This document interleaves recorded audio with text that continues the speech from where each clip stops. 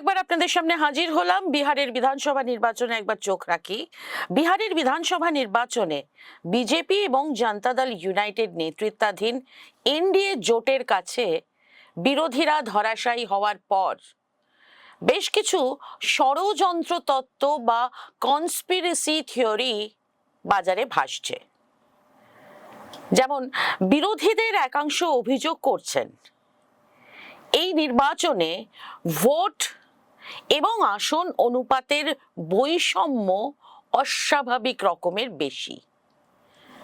20.08% vote পেয়ে বিজেপির আসন সংখ্যা 89, 19.25% ভোট পেয়ে জেডিইউ এর আসন সংখ্যা 85। অথচ এই দুই দলের থেকে বেশ খানিকটা বেশি 23% ভোট পেয়েছে প্রধান বিরোধী দল আরজেডি, কিন্তু তাদের আসন সংখ্যা মাত্র 25। প্রথম দেখায় এই পরিসংখ্যান খানিকটা চমকে দেয় বটে, কিন্তু একটু তলিয়ে ভাবলেই এর ফাঁকি চোখে পড়ে। বিজেপি, জেডিইউ বা আরজেডি কেউই এককভাবে নির্বাচনে লড়েনি, জোটগতভাবে লড়েছে। সেই হিসাবে এনডিএ জোট পেয়েছে 45.56% ভোট, আর বিরোধীদের মহাগঠবন্ধন পেয়েছে 37.94% ভোট। বিজেপি এবং জেডিইউ এর তুলনায় অনেক বেশি আসনে লড়েছে আরজেডি, ফলে তাদের প্রাপ্ত ভোট বেশি। বিরোধী শিবিরের একটি অংশ যতই এই ফলাফলকে অস্বাভাবিক বলে চিহ্নিত করুক, পরিসংখ্যান সে কথা সমর্থন করছে না। বিহারের এবারের নির্বাচনে জয়ী প্রার্থীরা গড়ে পেয়েছেন 47.66% ভোট। তাদের প্রায় 50% পেয়েছেন 47.77% ভোট। মোটামুটি ভাবে দেখা যাচ্ছে 46 বা 47% ভোট পেলে জয় নিশ্চিত। মহাগঠবন্ধনের 93 জন প্রার্থী 40% বেশি ভোট পেয়েছেন, কিন্তু তাদের মধ্যে জিতেছেন মাত্র 29 জন। অন্যদিকে এনডিএ জোটের 50% প্রার্থী 47% বেশি ভোট পেয়েছেন। কাজেই এনডিএ জয় মোটেই অস্বাভাবিক কিছু নয়। আবার বিরোধী জোটের 15 জন প্রার্থী 25% কম ভোট পেয়েছেন, অর্থাৎ তারা জেতার লড়াইতেই ছিলেন না। এনডিএর এমন প্রার্থীর সংখ্যা মাত্র 1। এনডিএ জোটের ছোট দলগুলোর অনেক কম আসনে লড়েও দারুণ ফল করেছে। তাদের স্ট্রাইক রেট দুর্দান্ত। জিতন রাম মাঝির হিন্দুস্তান আওয়াম মোর্চা সেকুলার 6টি আসনে লড়ে 5টিতেই জিতেছে। দারুণ ফল করেছে চিরাগ পাসওয়ানের এলজেপিও। অন্যদিকে বিরোধী জোটের বড় শরিকদের মতো ছোট দলগুলির ফলও শোচনীয়। মহা ধুমধামে মুকেশ সাহানির দলকে মহাগঠবন্ধনে সামিল করা হলো।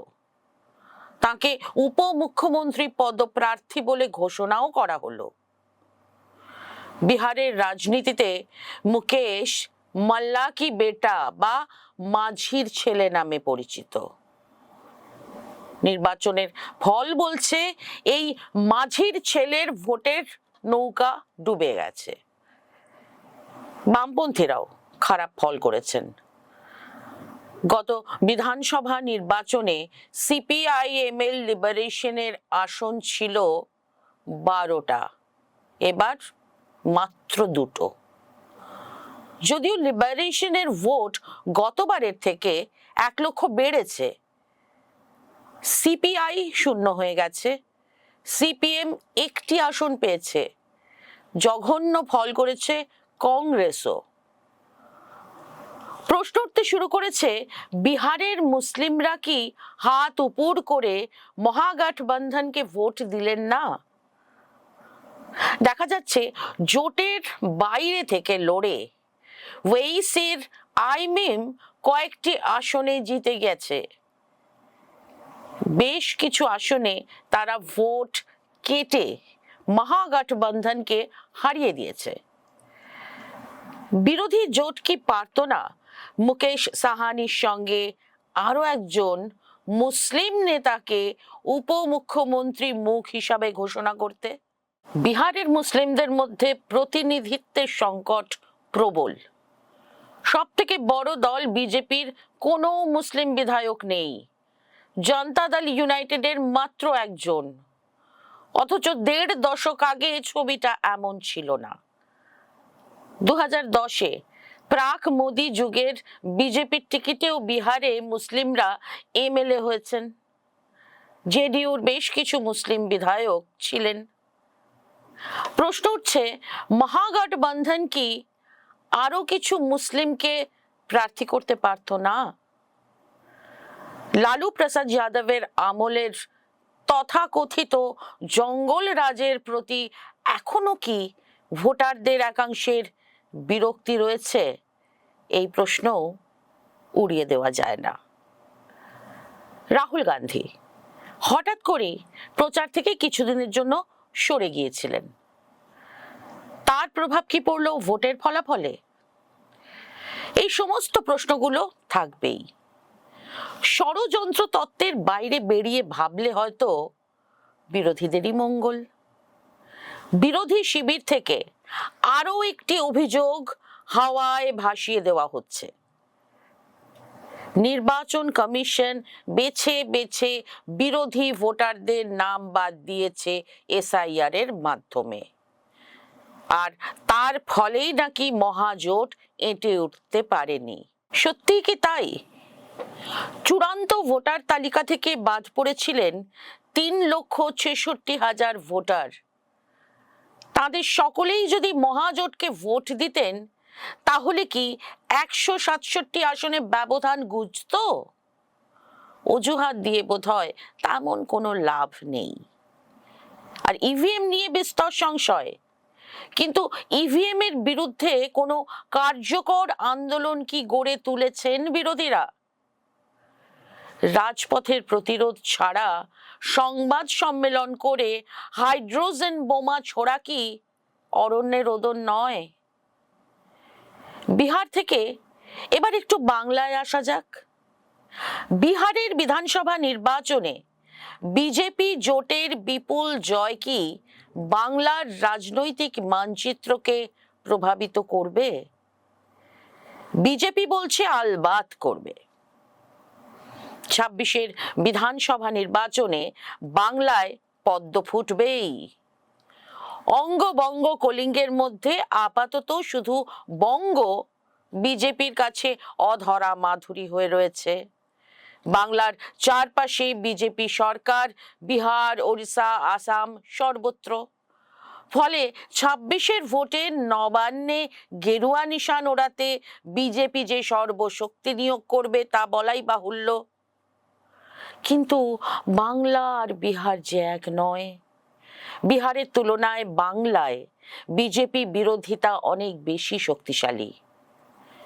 এটা শুধুমাত্র রাজনৈতিক বিষয় নয়, সামাজিকভাবেও বিজেপি এখনো বাংলার দল হয়ে উঠতে পারেনি।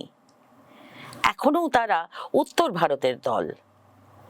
21-এর বিধানসভা নির্বাচনে তৃণমূলের বিরুদ্ধে জনগণের ক্ষোভ ছিল প্রবল, কিন্তু বিজেপি তা ব্যবহার করতে পারেনি। 2018-এর পঞ্চায়েত নির্বাচনের পর থেকে বামপন্থী এবং কংগ্রেস বাংলার রাজনীতিতে কার্যত প্রান্তিক শক্তি। এই পরিস্থিতিতে বিপন্ন মুসলিম ভোট প্রায় পুরোপুরি জমাট বেঁধেছে তৃণমূলের পক্ষে। মুসলিমদের তৃণমূলের প্রতি এই বিপুল সমর্থন যতখানি না জোড়া ফুলের প্রতি আস্থা, তার থেকে অনেক বেশি বিজেপির বিরোধিতা। বিহার নির্বাচনের পর এসআইআর আবহে এই ভোট আরো বেশি জমাট বাঁধা স্বাভাবিক। বাংলার হিন্দুদেরও বিরাট অংশ ইতিহাস এবং ঐতিহ্যগতভাবেই বিজেপি সংঘ পরিবারের রাজনীতির বিরুদ্ধে।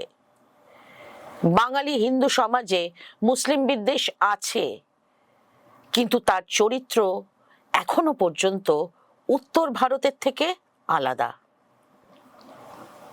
মাছে ভাতে থাকা বাঙালির অংশ এখনো বিজেপি সংস্কৃতিকে আপন করে নিতে পারেনি। বিহারে এনডিএ জোটই ক্ষমতায় ছিল। নির্বাচনের ঠিক আগে ভোটারদের বাড়ি বাড়ি পৌঁছে গেছে নীতিশ কুমারের সাহায্য। বিশেষত মহিলা ভোটারদের এই ডোল রাজনীতির মাধ্যমে বিপুলভাবে প্রভাবিত করেছেন নীতিশ। বাংলায় ঠিক সেই কাজটাই অনেক বছর ধরে করে আসছেন মমতা বন্দ্যোপাধ্যায়।